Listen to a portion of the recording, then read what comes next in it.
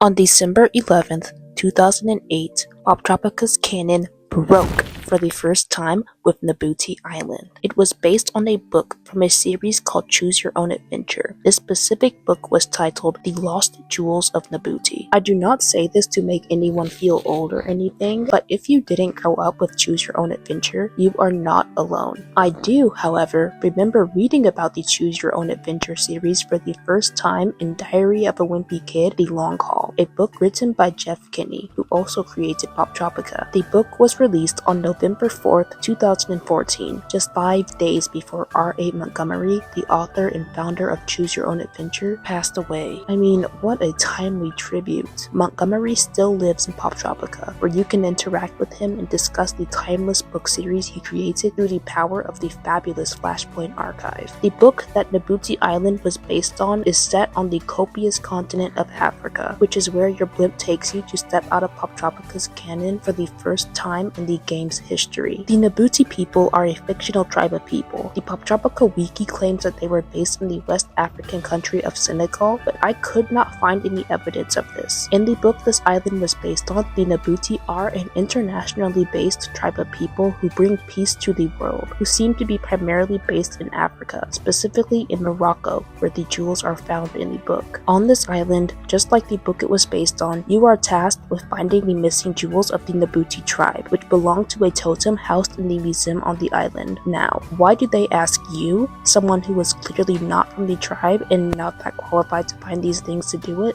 Well, one, because you were in Poptropica. I mean, come on. And two, you're the director of their spy agency, so who else would do it? I mean, yeah, let's go. When you enter the museum, you see a bunch of statues, which happen to be real pieces of artwork recreated in-game. Unlike the pieces in the Pop Art Museum, no shade, these do not appear to be a sponsorship, but instead a way the Poptropica creators showcased a genuine appreciation for African art. Also, some of these statues are from Mali, the ancient African empire which we visited in the tumultuous time-tangled island. The common room of this island, now detached from its original role of accommodating multiple players at once, is this airplane lounge, which appears to be based on a club called Club Nabooti in the book this island was based on. Also, in the book, the characters use a plane to travel around Africa just as you do in the game. As you explore Africa, you encounter a few Easter eggs. If you read Zeke Week's biography on his website, you see that his favorite musicians are the Roaches, which parody the Beatles, and Popzart, which, according to the Poptropica wiki, parodies Mozart. Yes,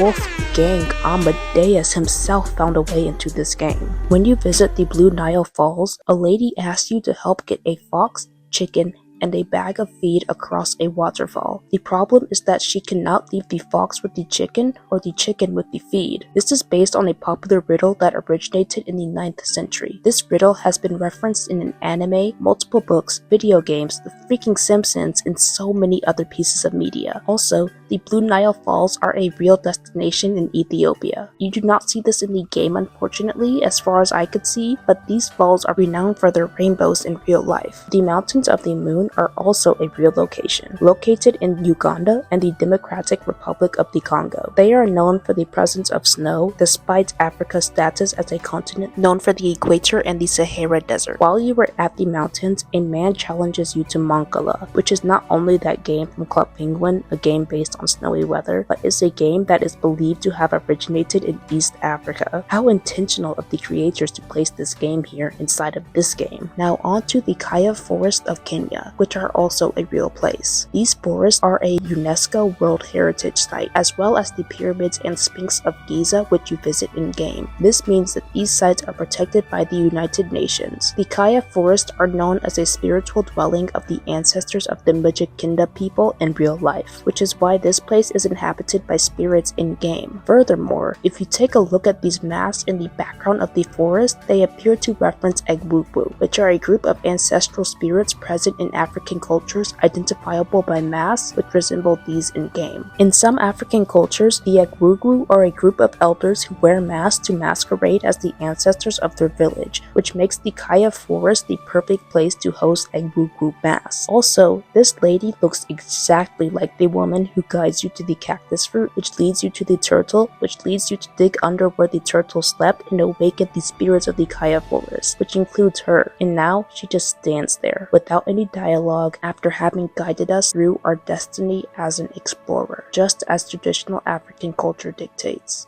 As an art history lover, my theory about Nabooti Island in a bigger context is that it advocates for the relocation of African artifacts to their respective countries. Let's think about it. Many of the artifacts you come across in Africa in the game were actually taken from Africa by European countries and are on display in European museums to this day, even as more and more people argue for the return of these artifacts, among others, to their native countries. The game parallels this because you return the gems to the totem, which the Nabooti people think belong to them, but they are accepting and welcoming of the fact that the totem belongs to outer space and embrace the idea of it having a different home yet a significant presence in their culture and history. This is interesting because Poptropica has always been ahead of its time. They have always had an ethnically diverse cast of characters, and they even made this choose your own adventure book from the 1980s into an unforgettable love letter to the diversity of African culture and the African continent, with seemingly no obligation to do so but that of passion. So I would not put it past them to have a deeper message about art recovery within this adventure. Also, I teased this in my last video,